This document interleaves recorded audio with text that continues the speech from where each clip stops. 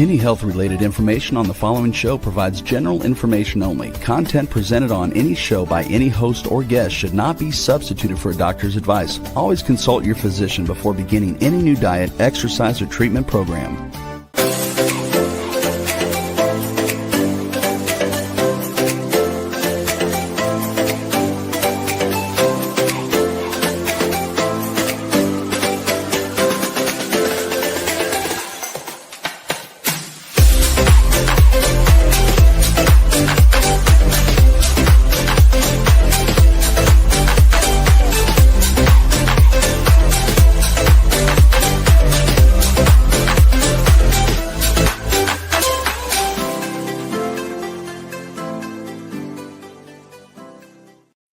Hello, everyone, and welcome to the Inspired and Empowered Living TV show and podcast. We are live Thursdays at 5 p.m. Eastern on talk4tv.com, w4wn.com, and my YouTube channel. And today we continue to talk about empowered ways to deal with your anger, yours and others' anger. And anger isn't something to fear or suppress. It's a powerful signal that, when understood and handled consciously, can lead to deeper healing, stronger boundaries, and authentic relationships. And we are in part 4. And so today, in today's episode, we're going to continue to talk about grounding tools to stay calm when emotions run high, especially when it's anger, empowered communication strategies to de-escalate conflict, and how to use your intuition to guide yourself through and navigate emotions and relationships. And I am your host, Nancy Deutsch, licensed clinical social worker, certified hypnotherapist, and intuitive business expert. I combine my counseling, coaching, and intuitive abilities to transform your life. And this show is not a replacement for therapy or counseling. It is for educational purposes only. So, together, let's create a life you love. Well, so continuing to talk about anger, over the last few episodes, what we've been talking about is how to deal with anger, the different ways that anger can show up, whether you're acting it out or acting it in, and healthy ways of being angry and dealing with your anger, and unhealthy ways. And what's most important when we're talking about communication and being able to communicate in a healthy, effective way where you're not hurting yourself, someone else, or the environment, you want to be able to take steps. And we are going to talk more about what those steps. So stay tuned for more on things to do. And Misty says sometimes some have a hard time letting go of anger.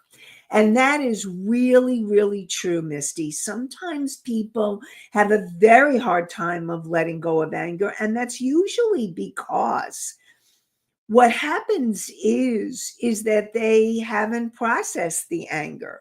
So if you're someone who has a hard time letting go of your anger, the first thing is you want to understand what is your anger, what is going on for you, what are the messages that anger is teaching you. And I will tell you that the more intense your anger, the more it's coming from your past. When you have anger and it's kind of like, oh, you're feeling a little annoyed or you're a little upset at somebody. And I see Nikki's question came in. And I will be answering and getting to Charles's from last week. So if you're a little annoyed and it's kind of like, well, I'm feeling a little annoyed or I'm a little angry, then it's probably present anger. But if you're feeling really, really angry and you're feeling that energy and you're having a really hard time letting it go, more than likely that anger is coming from your past and past situations. So I am actually going to do my Psych 101 so that we're all on the same page. If you're joining us perhaps for the first time, welcome. And welcome to all my regulars. I so appreciate all of you. So your conscious mind is the part that is tuning in, whether you're tuning in live or you're tuning in at a later time. Thank you, conscious mind of yours. It empowers you to make decisions.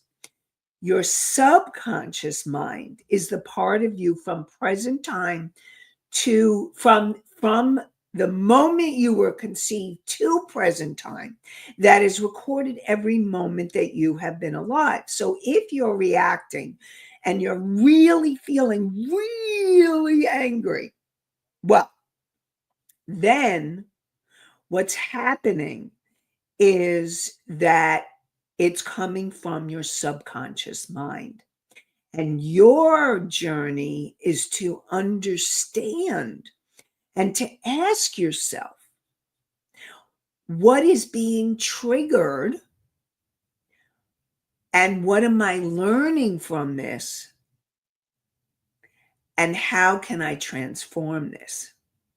So what can I do to let this go? And we're going to talk more about that also to continue so that you can have that empowered communication. So stay tuned. And then, of course, there's your superconscious mind, which is the part of you that is the higher aspects of self, your higher self, the wise, unconditionally loving part of you, and your soul, the core energy essence of who you are. And that's the universe and God and higher power and your angels and guides. All of that is part of the superconscious mind. And so your conscious mind and your superconscious mind works together with that empowered communication. But it's you making that empowered decision, saying, I am choosing to find a way to let the anger go so that I can communicate this anger, my anger, in healthy, effective ways where I'm not alienating or dumping or blaming someone else. So again, we'll continue very shortly.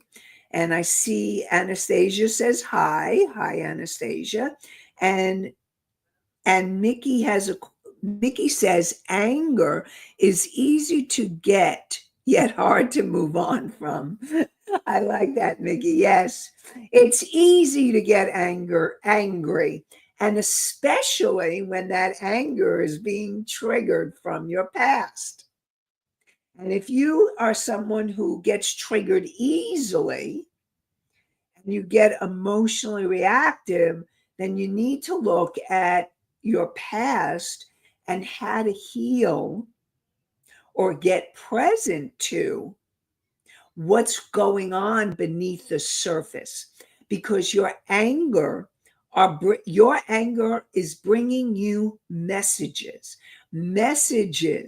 that when you learn how to interpret it are transformative. And everyone gets angry, all right? Every single person. If you're a human being, you're going to get angry. And so that includes all of us on the planet. And even the Dalai Lama. I remember hearing this story, and it's actually a great visualization. So even the Dalai Lama, this amazing spiritual mentor, teacher, who studied how to work and calm his mind and go deeper into that. And he would talk about anger, that anger are like the waves on the ocean. And when you're really angry, it's rough waves, rough waves. But when underneath the bottom of the ocean is quiet and still, and that's your superconscious mind. And that's your superconscious mind in the stillness and in the quietness. And it's learning to clear the anger so that you can get back to that quiet, still place. Because it's in the quiet, still place that all your answers come, all your intuitive comes. I think I was sharing a story last week where I had gotten so triggered. And you know what? I was still feeling triggered when I did the show last week. But you know what? I got really clear, and I know that it came from the higher aspects of myself. I got really clear what I needed to do. And once I got the decision, and this often happens when you get the decision of what you need to do, because sometimes it's about communicating and sometimes it's not. Sometimes it's about you learning your lesson and what you need to learn from the experience. And I got really clear what I needed to do and how I needed to do it. And then I'm fine now. And I also got in touch with what it was triggering for me. Because the bottom line is I got triggered. And it was triggering something old. Just like what I'm telling you is what happened for me. So I really want to support all of you in remembering that it can be done. And it is a process, okay? It's a process. And it's learning to work through, learning to move through it, learning to be able, step by step, to unpack the anger so that you can communicate it in a healthy, appropriate way, so that you're not hurting someone else, the environment, or yourself. And learning how to communicate in those healthy ways. And we're going to go more into that. And Misty says, it's not easy to find that calm place in the heat of anger. Well, actually, it's true. When you're in the heat of anger, sometimes the best thing that you can do, first of all, I really want to encourage all of you. If you're in the heat of anger, you do not want to communicate. If you know that you are going to blame, shame, dump, you, the other person, you did this, or you're so stupid, or you're such a jerk. If you're doing any of that, you need to take a time out. And so if you're in the heat of anger, then you need to take a time out to calm yourself down. And I also support you in processing and understanding more of what needs to happen. Like, I knew that if I had communicated last week what was occurring for me, it would not have been a pretty sight. I would have acted out. And that's why I've learned to take my time to process the anger so that I can be appropriate in my communications. And that's what I did. And that's what I encourage all of you to do.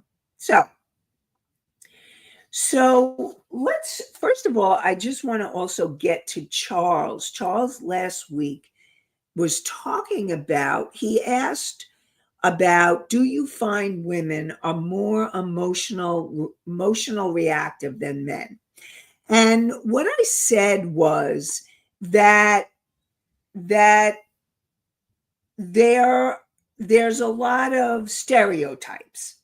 And I said I would come back with the research, and I did. So I want to share, because very, very interesting findings for both women and men that I want to share with all of you to go along with that. So there was a study done from the American Psychological Association in 2020. And it said that women are more likely to express emotions openly. And they're able to generally express emotions like joy, sadness, fear, and love more frequently and intensely than men. In contrast, men are often socialized to suppress vulnerable emotions. So they keep it under wraps, except for the emotion of anger. And I think I might have even said that last week, which is culturally more accepted. So that's one study. Then there was another one where there was another study by Thompson and Boyer, and it said women outperform men in recognizing nonverbal emotional cues like facial expressions, tone of voice across all ages. And women scored higher, 10% higher than men in emotional perception tasks. Now, then let's talk cultural conditioning, because the bottom line is cultural conditioning is going to affect your emotional behavior. So according to a Yale study, societal expectations play a strong role. Girls are encouraged to express emotions, whereas boys are encouraged to toughen up. Now, this is actually from 2019, so it's not that long ago. And so cultural standards may have changed somewhat, but they're still definitely affecting how we treat girls and boys. And it said that women are 3 times more likely to be labeled too emotional in professional settings. And I remember I said that women have gotten a bad rap, and that's part of what it is. And what happens is when in professional settings, and when women are labeled too emotional, it can contribute to self-doubt or suppression of intuitive insight. Because I'm always talking about intuitive insight comes when you've calmed your emotions down and you're quiet. Now, what's really interesting is that the Harvard research said from 2015 that both men and women feel emotions equally deeply at a physiological level, like heart rate, brain activity.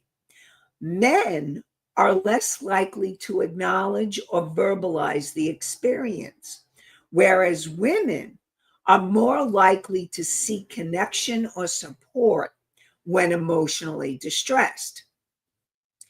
And then emotional intelligence. Daniel Goleman's work on EQ. And we did some shows about EQ, emotional quotient, emotional intelligence, about a month or so ago. So if you are interested finding out more about emotional intelligence, definitely go back to those shows. So women generally score higher in empathy, interpersonal relationships, and emotional self-awareness, all key aspects of emotional intelligence. However, men may score higher in emotional self-regulation, particularly in high stakes or business environments. So men can be better at emotionally regulating themselves, whereas women have other aspects of emotional intelligence, like the empathy or the personal relationships, etc. So all of that are the stats, and I wanted to get back to what those were, because I thought I said I'd bring them back, and I did, and they're actually really interesting. So Charles says, looking forward to hearing this.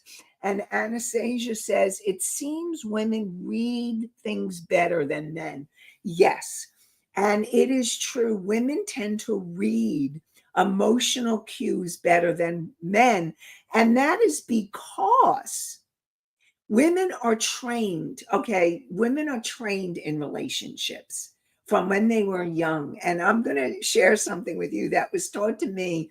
And it was actually talked about in the book, Men Are From Mars, Women Are From Venus. And it's a book years and years ago by John Gray. But I was also taught this by a mentor.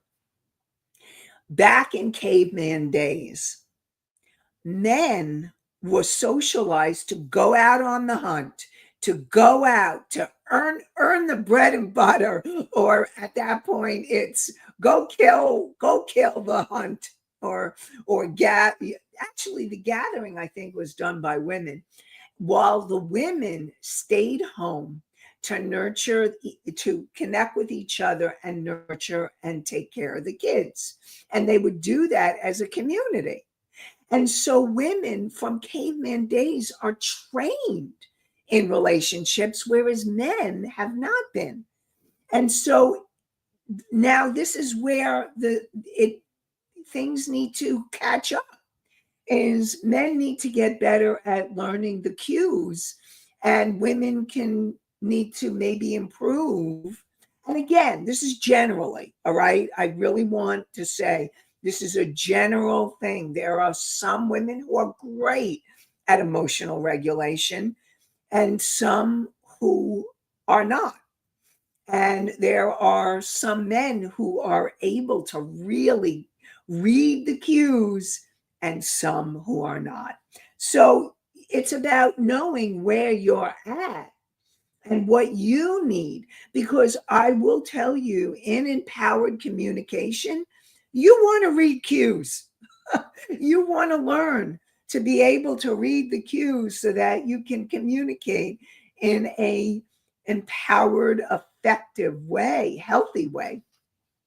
And Charles says appreciate it. Thank you, Charles. Okay, I'm glad. So, I mean, I thought it was really interesting too what the research was. So, I hope you all enjoyed it. And if you have any other questions about it, let me know. So let's let's talk before you go into that empowered communication, and before I start talking about that.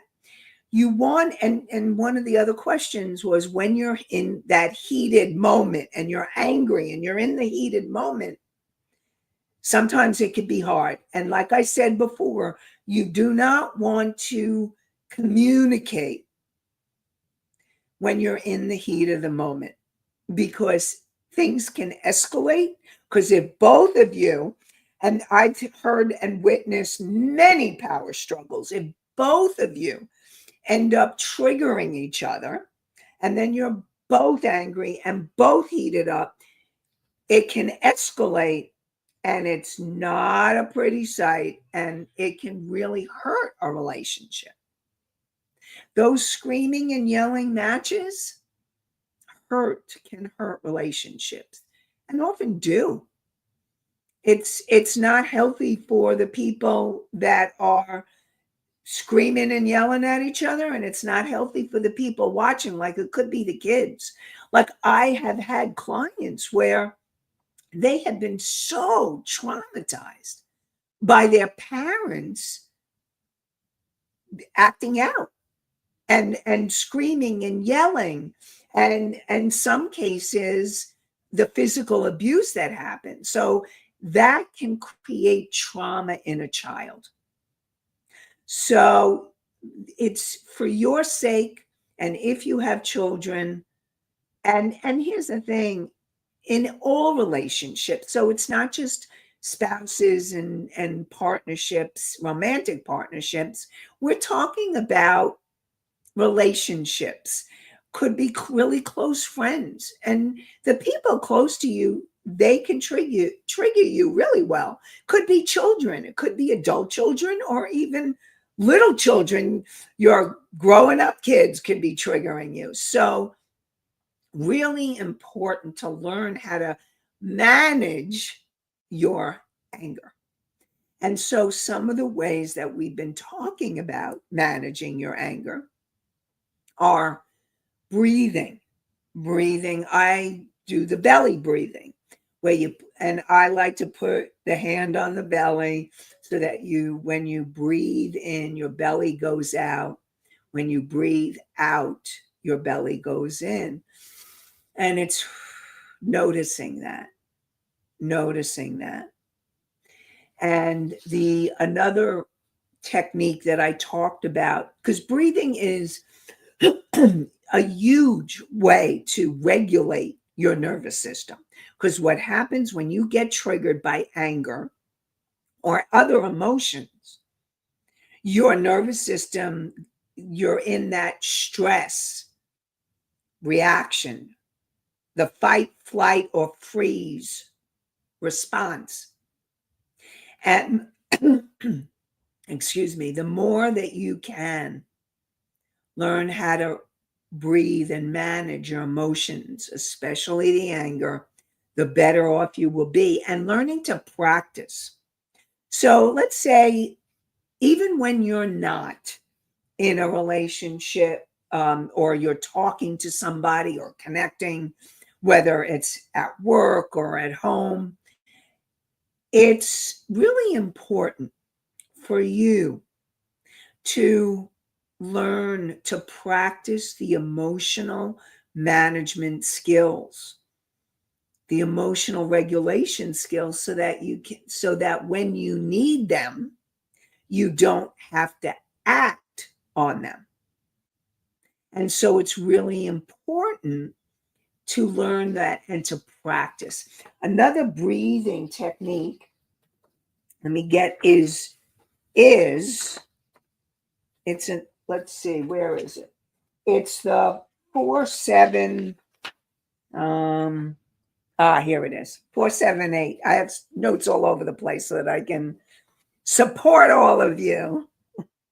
Okay, so it's the 4-7-8 technique. And the 4-7-8 technique, it's a simple but profound breathing pattern that actually calms your nervous system in under a minute. That's how powerful it is. So I highly recommend to practice this even when you're not angry, because, or if you're in fear or anxiety, practice this. Practice this. So this becomes a tool that you can use anytime you want. So you want to inhale for 4 seconds. So you're going to inhale for 4 seconds, and then you're going to hold for 7 seconds. So you hold your breath for 7 seconds, and then on the exhale, you count to 8 and you let go. And so this could be a really effective tool for you to use. Now, other tools that I've talked about are the tools like exercising, moving the anger through your body. Besides the breath, you want to exercise it out, move it, walk it, run it out, go to the gym and push it out, share, like, just definitely do the treadmill, whatever you need to. Clear the energy. And Then another tool, there's the journaling, there's art. We talked about all of those in previous shows. So before you do any empowered communication, you want to calm yourself down and work on it. And then you want to understand what was getting triggered. So, and again, if it was an intense emotional reaction, then you're asking yourself, what is being triggered? What am I really upset about? What unmet needs are not being heard? Maybe you don't feel heard. Maybe you don't feel seen. Maybe you don't feel respected. Maybe you feel betrayed. Maybe you didn't set your boundaries and then feel violated. So there's your piece and there's their piece. When you're in a relationship, whatever kind of relationship it is. Now, if you're in a more intimate relationship and you want to share more, that would be appropriate. Obviously, in a work situation, you're going to need to do it in a very different way where you're not sharing your deepest, most inner thoughts, because that's not appropriate.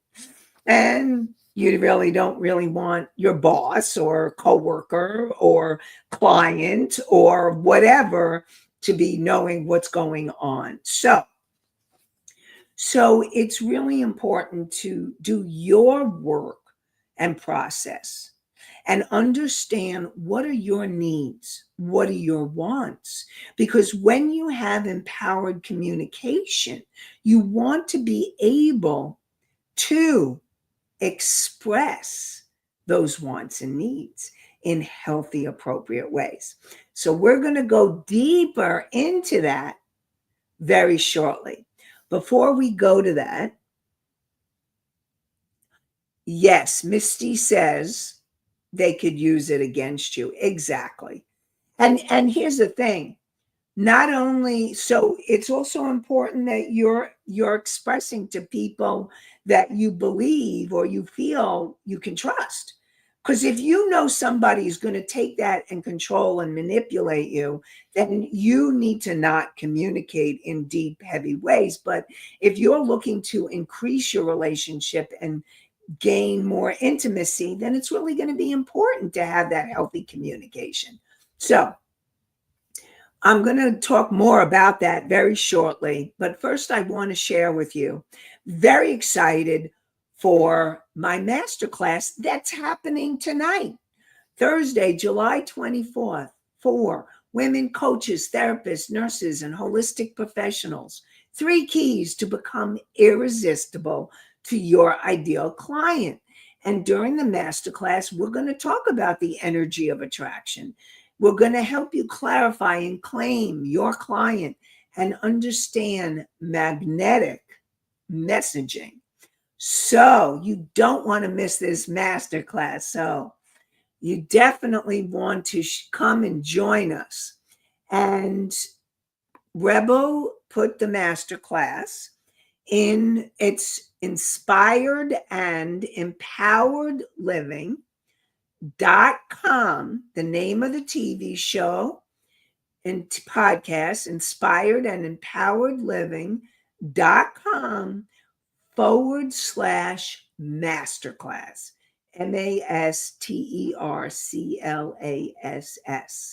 So definitely, I look forward to seeing you there. Okay, so back to empowered communication. Now, like I said, you want to be clear on what your wants and needs are. So when you communicate, and this is a technique coming from nonviolent communication, it's about learning to communicate. And this is really important. It's learning to communicate what you were feeling. That's why it's really important to get what you were feeling. Now, sometimes, and it's really important to understand what's underneath the anger, because sometimes anger can be a cover up for other feelings like grief or sadness or hurt, or you didn't set your boundaries and then you felt really hurt because they didn't heard you, or you felt ignored, dismissed, disrespected. So it's going to be important to work on understanding. I felt hurt when you ended up ignoring me. I sent you a text, I sent you an email, I called you, and I never heard back from you. What happened? I felt really hurt. I felt ignored. Or actually, you don't want to say I felt ignored. You want to understand, what did feeling ignored bring up for you? And probably I felt really hurt. I felt hurt that you didn't respond to me.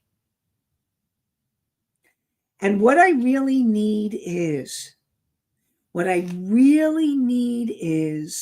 that if I'm texting you or calling you or emailing, let me know if you're not available, or if you're busy, or if you're away, or give me a heads up, just so that we're clear that, okay, right now it's not a good time.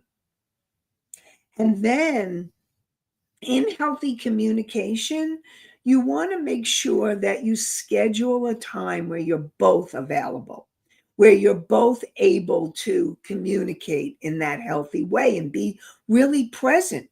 Now, if you're agitated or angry or upset, that's one of the reasons why you have to calm yourself down. It's really important to calm yourself down, because when you're in that state, you will not be able to be present. And to have that empowered communication, you really want to be able to be present and grounded and centered, so that you're speaking and more likely to be heard. And then so it's when either the behavior, I'll get to your question in a second, Anastasia. It's, you want to match, like you want to either start with the behavior. Now, it's really important that you don't you people, because if you start youing, oh, you were so stupid when you did that. You do not want to do anything like that, because that's going to put somebody on the defensive. And you can even ask yourself, if I was communicating and I heard, you are so stupid when you did that, would I go on the defensive? And more than likely, you will know when you would put somebody on the defensive. And you may need to role play and practice with someone that you can practice with. There are many times I'll practice with a client before they speak to another person. And so that's really important. And so I felt the behavior, and what I need is or the behavior I felt when you didn't answer me back. I felt so hurt. And what I really need is, just let me know if you're not available. Give me a text, or even shoot me an email, or some way, if there's any way that you can communicate, to let me know that you won't be available, or that you're not available, so that we have that communication. So that's an example of how to communicate more effectively in a healthy way. And Anastasia says and asks, okay, so what if it's hard to match schedules? So if it's hard to match your schedule, if you really want to have a better relationship. And if you really want the relationship to become more intimate and to grow, then it's going to be really important to find time together to not only communicate, but to have fun, to enjoy each other, because that's also part of any relationship, whether it's a partnership or a friendship or a parent-child relationship. So if you're having a hard time matching schedules, I really want to support you in seeing if there's a way that there's some give and take, that perhaps you can find somewhere in the middle. And and I really want to support you in being able to find a time that will work for both of you. And even though you may both have really busy schedules, schedule the time. Because if you don't, and I know this in my own life, if I don't put it in my schedule, whatever it is, it doesn't happen. It just doesn't happen. So I really want to encourage you to sit down or call or text. Sometimes I will tell you, those of you who are texters, I will, first of all, do not communicate anger and other intense emotions by text or email, because they can often get misinterpreted. And so that's why it's important to have a physical conversation. Now, if you're having trouble finding a time, sometimes making that telephone call and figuring out that time where you both will be available is really important. So that's what I encourage you to do. And really, it's about having each person be present for the other person so that there's a give and take and that each of you are feeling heard. Now, sometimes you may have been triggered, but the other person wasn't. Then, then you're the one communicating, and you may want to see what they say, and hopefully they'll hear you. The more you come from that place of calmness, the more likely you're going to be heard. If you come from reaction and you come intensely, you're most likely that other person will go on the defensive. Now, if someone else is getting angry, you do not want to communicate with them either. You need to let them be in their process or calm down before you to communicate. That's you taking care of yourself. Really important. And you take a time, if that person is not removing themselves from the situation, you leave to take care of yourself. Whether if it's on the phone, you hang up. If it's text, you stop. If it's in person, take a walk, get away, take a drive. You take care of yourself to keep yourself emotionally safe. So that's kind of empowered communication in a nutshell. And to be continued, next week we are going to have more inspired and empowered living. We'll be talking about coming back to peace. In this world, in this uncertain world, and in the face of uncertainty, you can get really agitated, really scared. And so we're going to talk about ways to calm yourself down in the uncertainty, to find how you can tap into that place. So stay tuned next week for more inspired and empowered living. And we are live Thursdays at 5 p.m. Eastern on talk4tv.com, w4wn.com, my YouTube channel. And you can find the podcast on iHeartRadio, Spotify, Pandora, Apple, and many more. And I really want to wish you an inspired and empowered day or night, and an inspired and empowered week. Have a great one, everybody. Bye for now.